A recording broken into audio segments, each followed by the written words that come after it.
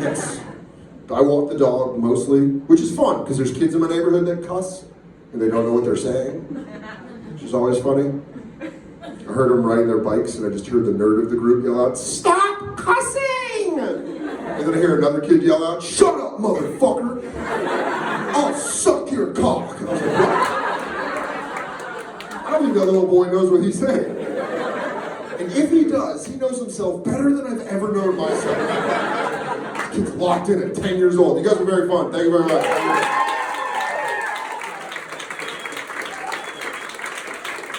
Jam Sugar, everybody. Yeah.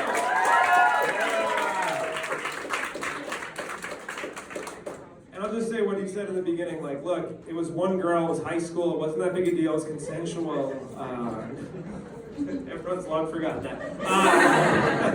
But I thought about it for an entire set. Guys, you ready to get the show moving along, guys? You guys are having a great time, right? Next comic been featured in the New York Times. Very funny. You guys are going to love her, guys. Put your hands together for Betsy Carroll. Give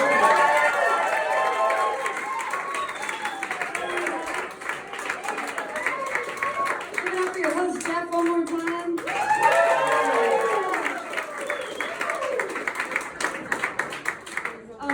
You guys seem great. You guys seem like you're having a good week. I'm glad for you guys. That's nice. Hey. Oh, hey. Some friends here. It's so nice. Yeah, I'm not having so great of a week myself. I'm going through a breakup. Thank you. I had to have the guy. It's pretty bad. It's pretty serious. Like, I had to have the guy's number blocked, you know? He wasn't necessarily stalking me, but I had to have him blocked as a precaution, like, just in case he decides not to stalk me.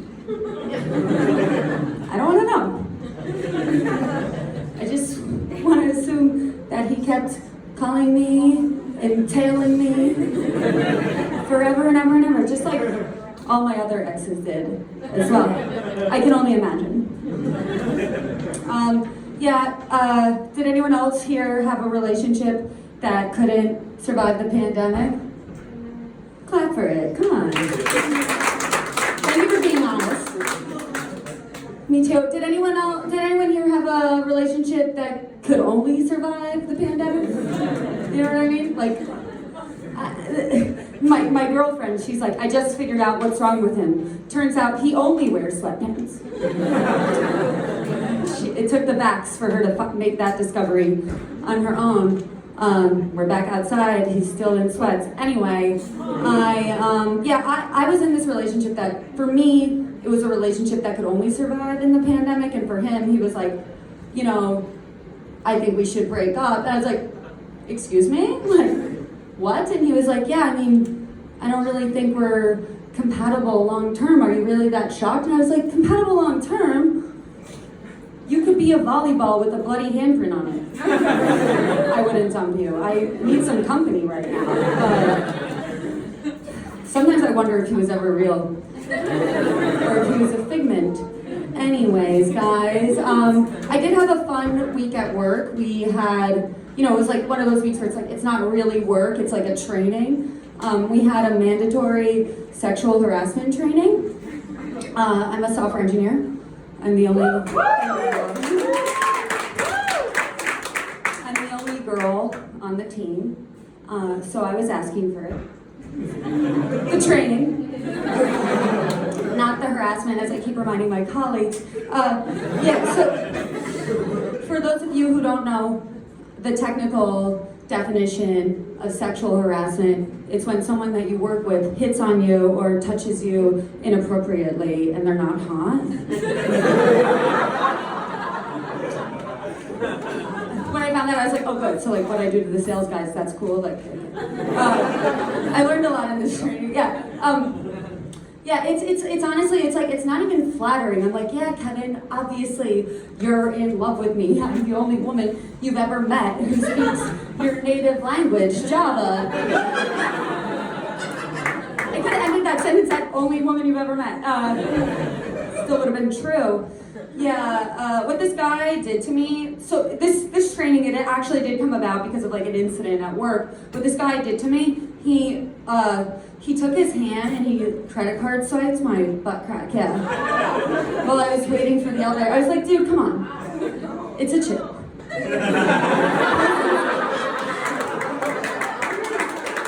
Or tap. Disgusting. Yeah, no, this guy, Kevin, like, it's extra insulting because, like, it's, like, not even, like, in a million years, you know? And he's one of those guys, like, you know, he's really not my type, I'll put it that way. You know, like, he's a metrosexual, you know what I mean? Like, he's one of those guys who's sexually attracted to the New York City subway system. You know what I mean? Like, he likes trains. You know the type. You know, like, he likes trains and, you know, counting things in his head and, you know, big systems like the mail. Anyway, speaking of Asperger's, I recently decided to go back to grad school to get my master's in machine learning at Columbia. Give it up for me one more time.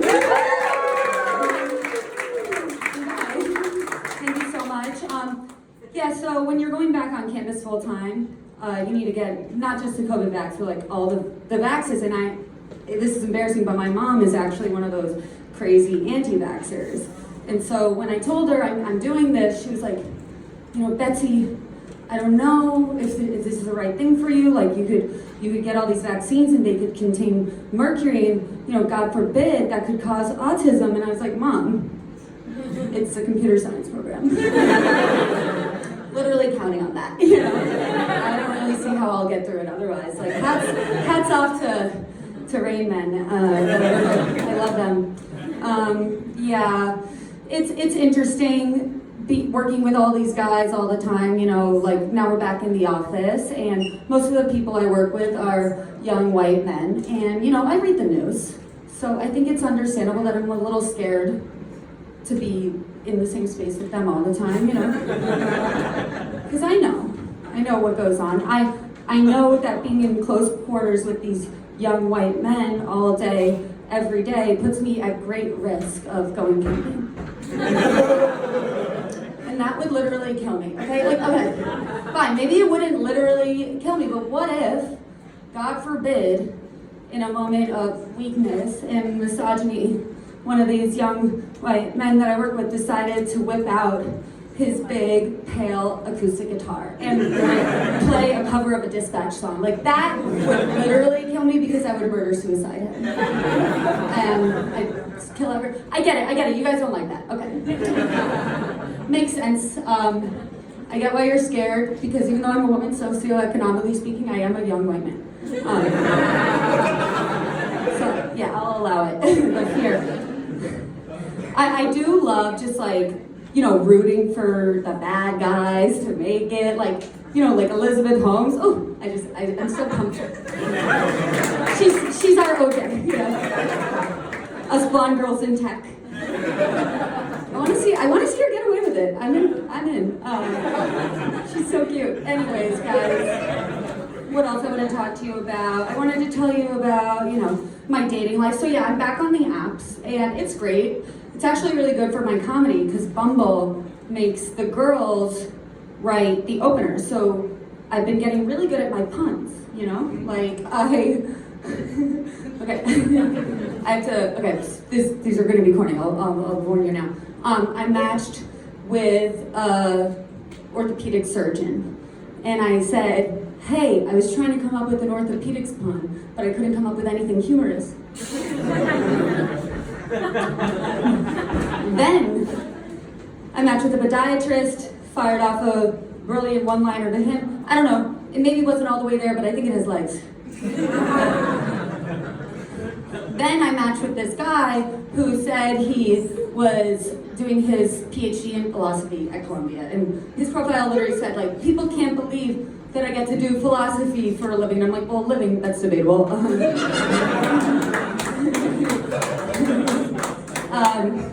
But so I said, wow, how'd Sue lock down such a niche gig? Can't imagine the hippo people you must get to hobsnob with. Philosophy gets me Aristotely randy. Need to cool myself off with a cold de Beauvoir-age. He said, I'm not joking, this is real. He said, wow, LOL, that was great. Don't think I could keep up with a stand-up comic. Cheers. And he unmatched me. I know. Don't worry, ladies. Pulled a few strings, had him canceled by noon. No, just kidding. I'm not like all about canceling. Although obviously, you know, I'm all about me too. It's great to see how like the work environment is changing for me. There's less touching. You know, that could be because we're mostly on Zoom now, but yeah, it's been great. I'm totally in support of the Me Too movement. I just kind of wish they had chosen like a less useful phrase, like Me Too. Kind of comes up a lot. Like now, when I'm at the bar with my girlfriend and she orders a vodka soda, I'm like, I would like one as well, please. Because, you know, I don't want to say it and accidentally summon the spirit of Ronan Farrow. He's so busy. Yeah, I learned a lot from the Me Too movement. I thought I was pretty woke before, but I actually did learn a lot about consent. Like, did you guys know that consent is an ongoing contract? Like, you could be into something 1 second and then you could change your mind. Like, you could be in the middle of having sex and be like, no more. It's great. Now I always do it right after I come.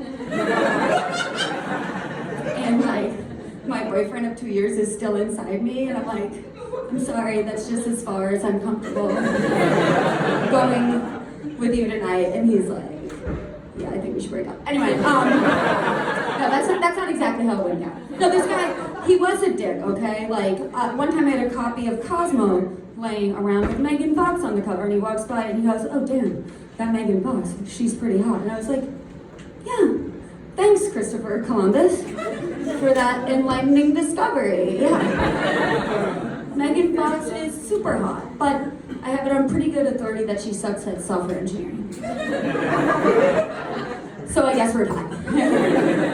Like, at least I dabble in trying to be a hot girl in my free time. She does not write a line of Java, that's a secret. So, yeah, I guess we're not really tied. I guess I'm winning. And thank you guys for helping me realize that. What else? Is everyone having fun getting back in the mix, going to weddings, going to a comedy show, we're in a basement. It's amazing. I love it. I feel like we all got really good too at like being able to tell what's a dangerous like situation corona-wise, you know, like for me, you know, it's all dependent on like how fun it is for me. Like I'm like, I'll be super, you know, super good at detecting coronavirus as soon as like all the hot guys leave the bar. I'm like, guys, this doesn't feel COVID safe. The music is bad, and I lost my hearing. I gotta go. Yeah, it's fun. I love weddings, and I'm so glad to be able to go to them again. Oh, I've been lit. Okay, I'm so glad to be able to go to weddings again. My favorite part of weddings is always when they do their vows, you know, because like people write their own vows, and I think it's so fascinating that the guy in his vows will always mention how beautiful the woman is. Like he'll be like, Brittany, you have like the sweetest heart I've ever encountered. You light up every room with your smile, and you're the most beautiful woman I've ever laid eyes on. I can't believe you're gonna be wife. And I've never seen a girl do the equivalent. Like I've never seen a girl be like, John, you are the richest guy I've ever dated. And I love that about you. Like, Tom, you are going to inherit a beach house inside and out. And that's how I knew you were the one. All right, guys, thank you so much. It's nice to meet you.